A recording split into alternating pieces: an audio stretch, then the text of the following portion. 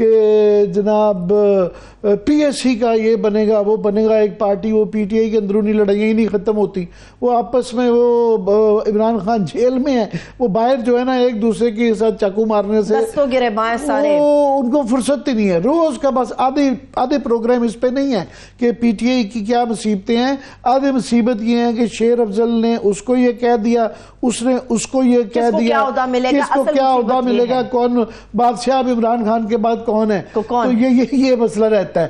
تیسرا میں مالک صاحب سے بھی پوچھنا چاہوں گا کہ ایک تو اوورال بھی بات کریں، مگر یہ مالک صاحب کے پروگرام میں بھی دیکھ رہا تھا کہ بہت بڑا ایشو بن گیا ہے کہ جناب یہ جاوید لطیف نے رانا ثناء اللہ کو کیا کہہ دیا اور رانا ثناء اللہ نے جاوید لطیف کو کیا کہہ دیا۔ تو مالک صاحب یہ بڑا ایک تضاد ہے، ایک دو لیول ہے، ہم سنتے تھے ٹیل آف ٹو سٹیز بچپن میں پڑھا تھا، تو یہ تو two tales of one country ہے، یہ کیا کہیں گے اس پہ؟ There are too many tales in this and they're all attached to the right body part.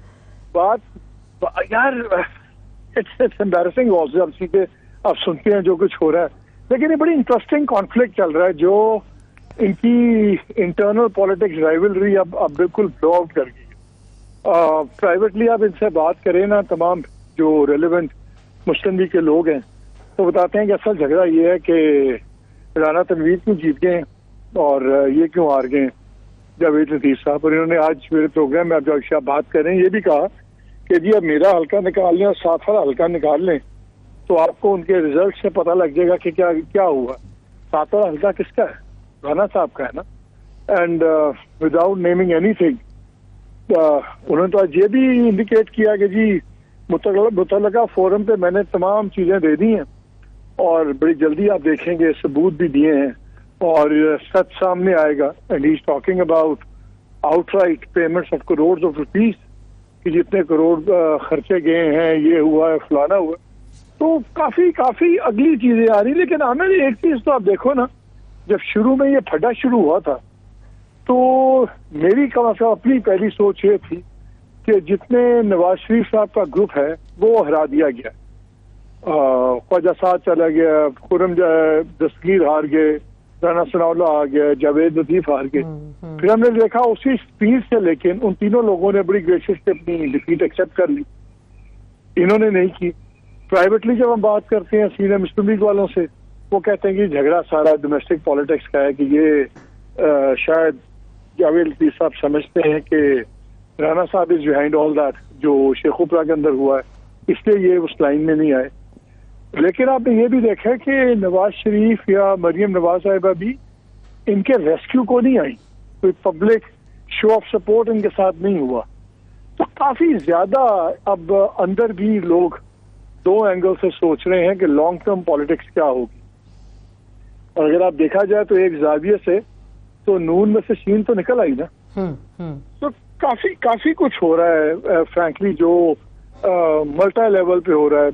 P T I کے اندر تو مجھے جھگڑے سمجھ آتے ہیں، جب آپ کا چیئرمین اندر ہو، آدھی پارٹی تائب ہو، آدھی پارٹی غائب ہو، ایک کیوس ہو، انکمیونیکاڈو ہو، ایک لمیٹڈ نمبر آف پیپل بات کر سکتے ہو اپنے چیئرمین سے، سملرلی میڈیا کی بھی بڑا ایک لمیٹڈ ایکسپوجر ہو، تو کنفیوژن پھیلتی ہے اور پھر وارز ہوتی ہیں، جھگڑے ہوتے ہیں۔ وہاں پہلے گروپنگ تھی پولیٹیشینز ورسز پولیٹیشین، پھر پولیٹیشینز ورسز لائرز، دین لائرز ورسز لائرز، جو اندر سارے گروپ بنے ہوئے ہیں، تو وہاں تو کنفیوژن سمجھ آتی تھی۔ پی ایم ایل این کے اندر تو بڑا کلیئر پاور اسٹرکچر تھا، میاں صاحب اگر نہیں بھی بن سکے تو چلے، ان کے بھائی پرائم منسٹر ہیں، ان کی بیٹی چیف منسٹر ہیں، ان کی گورنمنٹ ہے دونوں جگہ، ون پیج بھی ان کا ٹھیک چل رہا ہے۔ وہاں پہ جب یہ اتنا پھڈے شروع ہوں تو دین اٹ اونلی مینس کہ اندر ایک انٹرنل امپلوژن تو ڈیفینیٹلی ہو رہا ہے۔ اور میں نے اینڈ میں ان سے پوچھا جاوید لطیف صاحب سے کہ میاں صاحب کیا آپ پرائم منسٹریل ریس سے آپ ختم ہو گئی، آپ از پرائم منسٹر اور ختم؟ تو انہوں نے کہا نہیں آپ کو پتہ نہیں ہو محاورہ جو ہے کہ گھوڑا کبھی بوڑھا نہیں ہوتا۔ تو اب یہ بھی آپ چیزیں سنتے ہیں، تو I don't know, you tell me what do you make of it.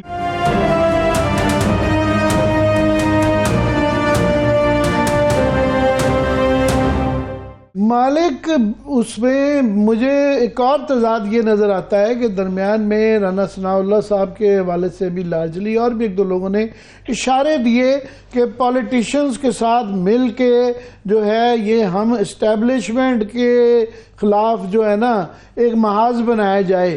Rana ثناء اللہ صاحب نے تو پہلے جو بعد میں ٹوسٹ کر لیا تھوڑا سا.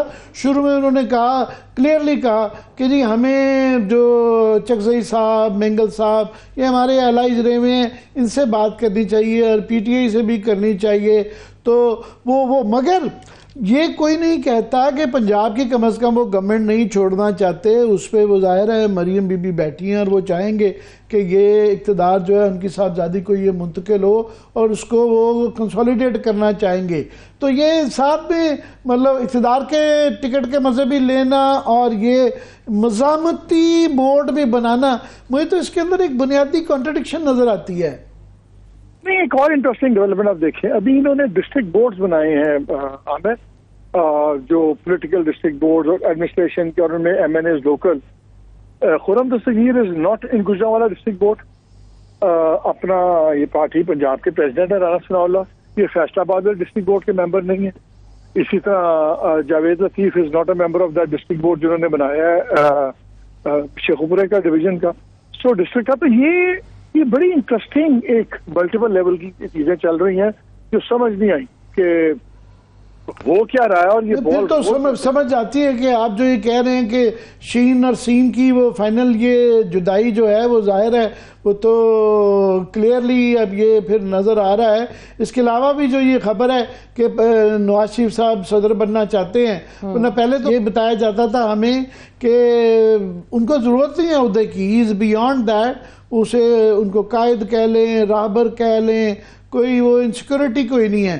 مگر اب ایک دم جو ضرورت پڑ گئی ہے کہ ان کو صدر بنانا, اور پھر اس کے بعد جو مالک صاحب فرما رہے ہیں کہ یہ جو ڈسٹرکٹ بورڈز بنائے جا رہے ہیں اور ڈسٹرکٹ بورڈز کے اندر بھی پک اینڈ چوز کیا جا رہا ہے, اور کلیئرلی کافی لوگ نظر آتے ہیں کہ جو ڈیفرنٹ کیمپس جو ہیں ان کی طرف سے ڈیفرنٹ آوازیں آ رہی ہیں. ٹھیک ہے, مالک صاحب ہمارے ساتھ ہیں. جی مالک پلیز جاری رکھیے گا. میں آپ کی بات ہی میں یہ کہہ رہا تھا کہ آپ کی بات کے اندر مزید ایڈ کر دوں کہ جس طرح نواز شریف صاحب کو صدر بنانے کی کوئی ایسی انسیکیورٹی ہونی نہیں چاہیے تھی, تو وہ بھی ایک اشارہ تو ہے نا. دیکھیے صدر بننا تو obviously he is the party leader, وہ تو پاور تو ان کے پاس ہے پارٹی کی, چاہے وہ پبلک پرسونا میں انہوں نے ان کو پولیٹیکلی پگمیٹائز تو کر دی ہے, لیکن میرا خیال ہے ابھی تک ایکچوئل پاور تو ان کے پاس ہے, اور ان کے پاس ایکسکیوز بھی ہے کہ جی پرائم منسٹر کیسے ٹائم دیں گے, وہی صدر بنیں گے. لیکن میرا خیال ہے کہ جو بھی ہے نواز شریف صاحب ریکنسائل نہیں کر پا رہے جو ان کے ساتھ ہاتھ ہوا ہے. ہاتھ تو ہوا ہے نا.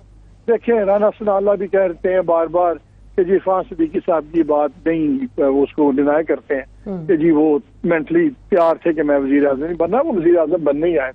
آج میں نے شو میں پھر جاوید لطیف نے بھی کہا, انہوں نے کہا کہ جی بالکل وہ پرائم منسٹر بننے کے لیے ہی آ رہے تھے. وہ اشتہار کوئی مانا نہیں جا سکتا کہ ان کی مرضی کے بغیر جو ہے الیکشن والے day prime minister Nawaz Sharif کا اشتہار ایسے تو نہیں چھپ سکتا. ایگزیکٹلی, تو وہ ان کے ساتھ ہاتھ تو ہوا ہے, لیکن یہ کہ انہوں نے بڑی کیلکولیٹڈ چوائس دیکھی ہے. انہوں نے کہا یار اگر اس وقت لانچ نہ ہوا کریئر مریم نواز کا چیف منسٹر اور as a party supremo to be, ابھی تو سپریمو خود ہے لیکن فیوچر تو انہوں نے اپنا ٹرانسفر کرنا تھا, وہ انہوں نے کر دیا. انہوں نے اپنا کڑوا گھونٹ پی لیا, انہوں نے پرائم منسٹری چھوڑ دی. تو وہ ہی از ویری کلیئر. آپ دیکھیے مریم کے جو ارد گرد لوگ ہیں کلوزسٹ ایڈوائزرز, یہ وہ لوگ ہیں جو میاں صاحب کے ایکسٹریملی ٹرسٹڈ لیوٹیننٹس ہیں. چاہے پرویز رشید صاحب ہیں, 2-3 اور لوگ ہیں جو ٹرسٹڈ لیوٹیننٹس ہیں. تو ہی از ورکنگ آن مریمز گورنمنٹ اور پنجاب گورنمنٹ کو سکسیس بنانے میں کر رہے ہیں. ان کو سچ فیڈر کی کوئی نہ ان کو فکر ہے, نہ میرا خیال ہے ان کو کوئی خواہش بھی ہے. کہ پنجاب گورنمنٹ سے میں آپ کی بات کو آگے لے جاتے ہوئے کہ ان کی بڑی خواہش ہے کہ پنجاب گورنمنٹ آگے جائے، ہماری بھی بڑی خواہش ہے، اور وہ پنجاب جب اوپر جائے گا تو پورا ملک بھی اوپر جائے گا. ہم تو چاہتے ہیں ہر گورنمنٹ سکسیسفل ہو. ایگزیکٹلی مگر میں ایک ایشو پہ جو کہ اس وقت پنجاب اور وفاق سے ریلیٹڈ ہے، اور وہ آپ کے اور میرے علاوہ بڑا کم میڈیا میں ڈسکس ہو رہا ہے، اور بڑی حیرانگی کی بات ہے کہ نہیں ہو رہا جتنا ہونا چاہیے، اور وہ ہے کئی ہفتوں سے آپ نے 2-3 میرا 10 دن شاید پہلے پروگرام کیا تھا کسانوں کے مسئلے کے اوپر، اور وہ ابھی بھی لٹکا ہوا ہے. وہ روز ہم بھی دعا کرتے ہیں اور یہ امید دلا دی جاتی ہے کہ کل یہ فیصلہ ہو جائے گا، کل ہو جائے گا. اب پرائم منسٹر دوسرے صوبوں پہ جانا شروع ہو گئے ہیں، مگر اپنا یہاں پہ ایک بنیادی کام لٹکا ہوا ہے کہ کسانوں کے مسئلے کا حل نکال کے جائیں، اور جہاں ان کی اپنی پارٹی کی گورنمنٹ ہے پنجاب، اور جس کی وجہ سے وہ وزیر اعظم ہے، وہاں یہ مسئلہ نہیں حل ہو رہا.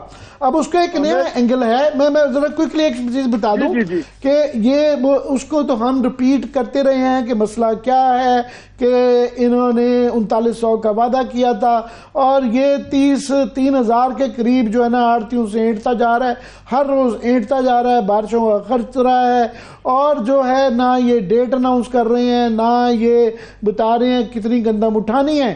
مگر جو اس کے ساتھ ایک نکل آیا، ہم نے کل یہ بتایا تھا کہ پہلے یہ بتایا جاتا تھا کہ جناب گودام جب بھرے ہوئے تھے اور فوڈ سیکورٹی منسٹری نے کہا کہ ضرورت نہیں ہے، دسمبر میں انہوں نے 32 لاکھ پہلے بتایا جاتا تھا کہ گندم جو ہے امپورٹ کی.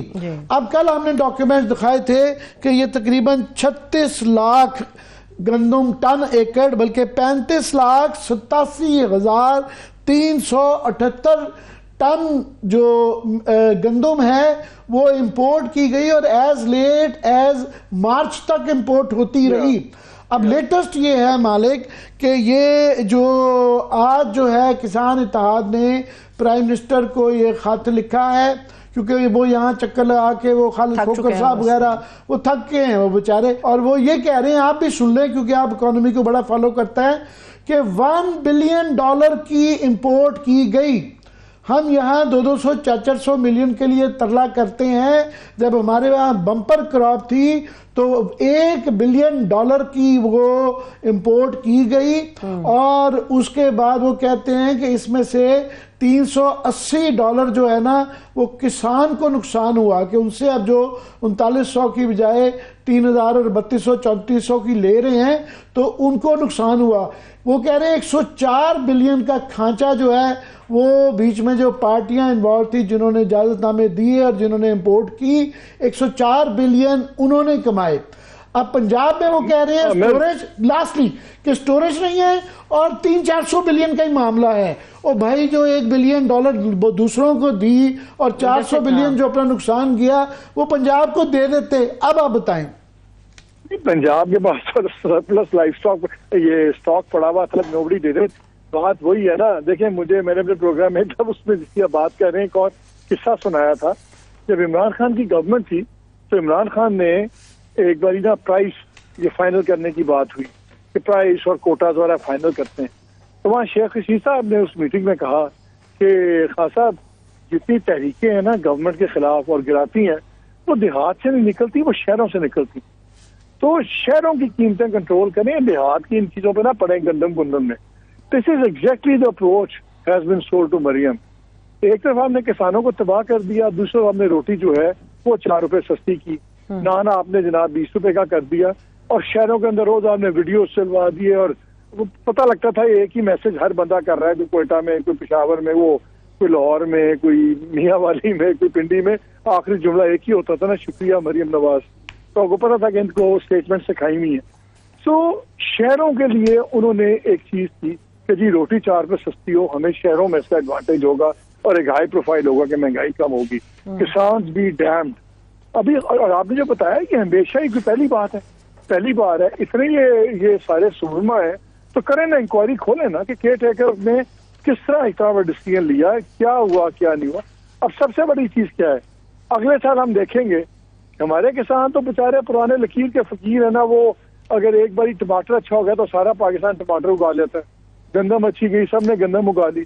اب مجھے تو اگلے سال ایک سیویئر شارٹیج نظر آ رہی, کسانوں نے گندم نہیں لگانی, چھوڑ دیں گے.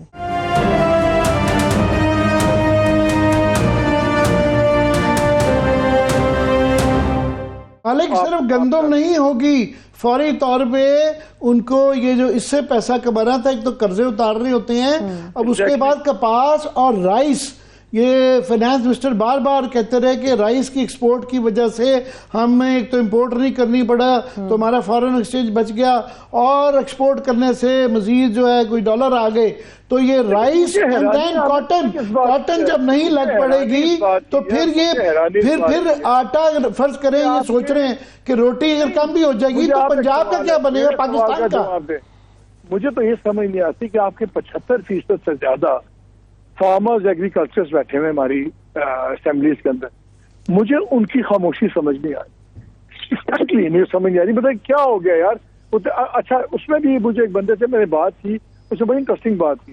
انہوں نے کہا جی اس میں بھی جو بڑا فارمر ہے نا وہ ٹھیک جا رہا ہے, بیکاز بڑا فارمر ابھی بھی اس کا ریٹ چل رہا ہے آپ دانے کے لیے بوری لینے کے لیے 100 سے 300 روپیہ فی بوری آپ رشوت دے رہے ہیں, تو آپ کو وہ کوٹا آپ کا بن جاتا ہے اور آپ کو بوریاں زیادہ مل رہی ہیں جو ابھی انہوں نے 6 بوریاں ایکڑ کی ہوئی. تو انہوں نے کہا جی اس میں بھی بڑا فارمر سروائیو کر جائے گا, وہ پھر بھی کام بچ جائے گا, چھوٹا فارمر تباہ ہو جائے گا. اور اسی چھوٹے فارمر نے جو اگلے سال گندم نہیں لگائی because he is been brand.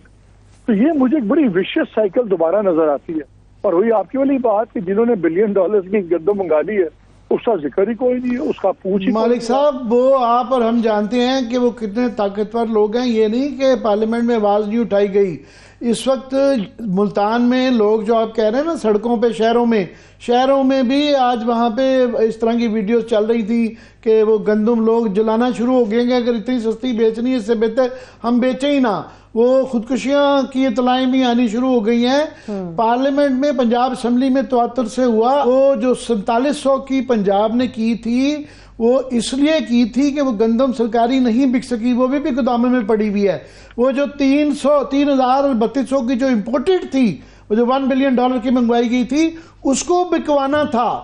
گودام تو ابھی بھی بھرے ہوئے ہیں. یہ آج کی رپورٹ ہے, یہ جو پرائم منسٹر کو اور چیف آف آرمی سٹاف کو انہوں نے جو عرضیاں بھیجی ہیں اس کے اندر ذکر ہے کہ 1 اپریل کو جو ہے 43,65,000 ٹن گندم جو ہے گودام میں اس مہینے پڑی ہوئی ہے کیونکہ وہ بک نہیں سکی. تو یہ اس سے مجھے سمجھ نہیں آتی کہ $1 بلین جو باہر امپورٹ دیا وہ اپنے کسان کو دیتے تو کیا یہاں خوشحالی سارا پہیہ چلتے پڑا تھا اکانومی کا. مالک اگر کسان کو دیتے تو 104 ملین آپ کما کے دیتے ان کو, گاڑی کہاں سے لگتی, وہ کہاں سے لگتی. دیکھیں بدقسمتی یہ ہے کہ کسان نمبرز میں بہت زیادہ ہیں, ان بیچاروں کی کوئی ایک افیکٹو لابی نہیں ہے. ٹیکسٹائل والوں کو ہاتھ ڈالیں نا, ایپٹما جوسیا آپ کو دیوار سے ٹانگ دے گی. آپ سیمنٹ کو ہاتھ ڈالیں, ان کا اپنا کارٹیل ہے. آپ مجھے بتائیں کسانوں کا سوائے کسان اتحاد اس قسم کی 2-3 ان کی وائس کہاں پہ ہے ان کی. And they don't make sexy news also because جب کسان اتحاد کا وہ کھوکر صاحب آ کے بیٹھتے ہیں, نہ وہ MNA ہے, نہ وہ بندہ وزیر ہے, نہ کچھ ہے. تو وہ تو بیچارے بڑے ڈرتے بات کرتے ہیں کہ نہیں جی ہماری بات چیت چل رہی ہے, کل امید ہے, کل فیصلہ ہو جائے گا, کل ہو جائے گا. ظاہر ہے اس کا ہماری آڈینس بھی بڑی اس سے ذمہ دار ہے یار. جو سیدھی بات ہے, ہم لوگوں کو بھی ٹھڑک ہوتا ہے نون چہرہ پروگرام میں بیٹھا ہو, ہم اس کی فضول باتیں بھی سنتے ہیں. اگر ان نون بندہ بیٹھا ہو وہ جتنی مرضی عقل کی بات کرے, آپ کہتے ہیں یار پتہ نہیں کون ہے, پتہ نہیں, اچھا ٹھیک ہے. اور یہ جو شہریوں کا خیال یہ ہے نا کہ گندم کسان کا معاملہ ہے, امیڈیٹلی کسان کا معاملہ ہے, یہ ہم سب کا معاملہ ہے.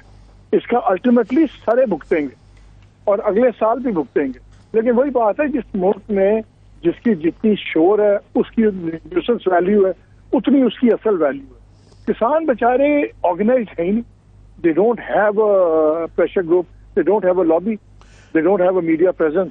مالک ویسے لابی تو سب سے بڑی, ابھی آپ جس طرح کہہ رہے تھے کہ جو وہاں پہ نمائندے بیٹھے ہوئے ہیں پارلیمنٹ میں 75% جو ہیں وہ دیہاتی علاقوں سے وہ ایچ فار اے زون ہے, ایچ فار اے زون ہے, وہ ان کے لیے نہیں ہے. تو یہ چند لوگ ہیں جو بولتے ہیں, باقی تو چپ ہے. ہاں ابھی تھوڑی دیر میں اب تھوڑی دیر میں بریک بھی لے لیتے ہیں. میں چاہ رہی تھی آپ لوگ کمپلیٹ کر لیں ورنہ بریک کی طرف چلتے ہیں. چلیے مالک صاحب تو ہمارے ساتھ موجود ہیں. میں لاسٹ مالک صاحب بھی کچھ کہنا چاہ رہے ہیں, میں بھی لاسٹ کامنٹ دے رہا. مالک ابھی بریک پہ جانا ہے, لاسٹ کامنٹس بریک سے پہلے.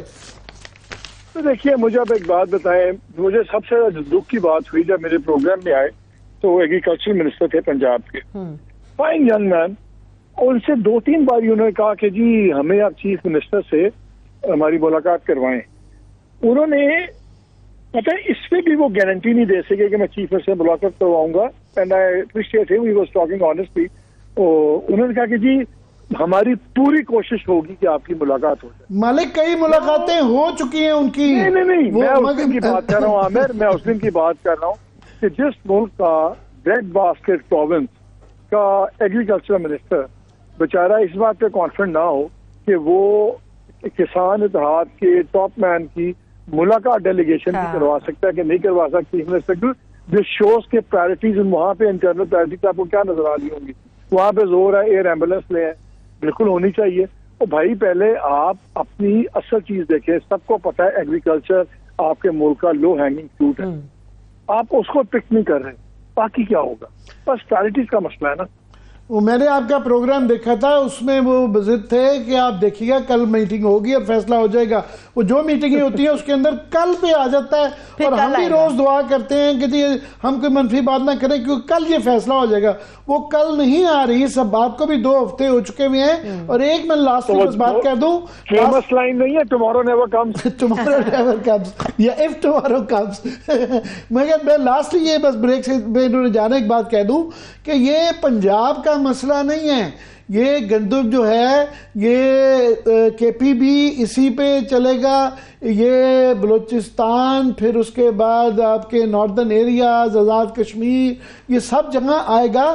اور جو 70-75% اس سے منسلک انڈسٹری میں ہے پورے پاکستان میں, سو ٹیکسٹائل, رائس, وہ سب پہ اس کا امپیکٹ آتا ہے. اپنے ملک کی, آپ اپنے ملک کی, ہماری پاکستانیوں کی آئی تھنک 68% کے 60% کیلری انٹیک آپ گندم سے پوری کرتے ہیں. سمپل, باقی چھوڑیں. بہت شکریہ, تھینک سو مچ. دیکھنے والوں کا شکریہ, اپنا خیال رکھیے, خدا حافظ.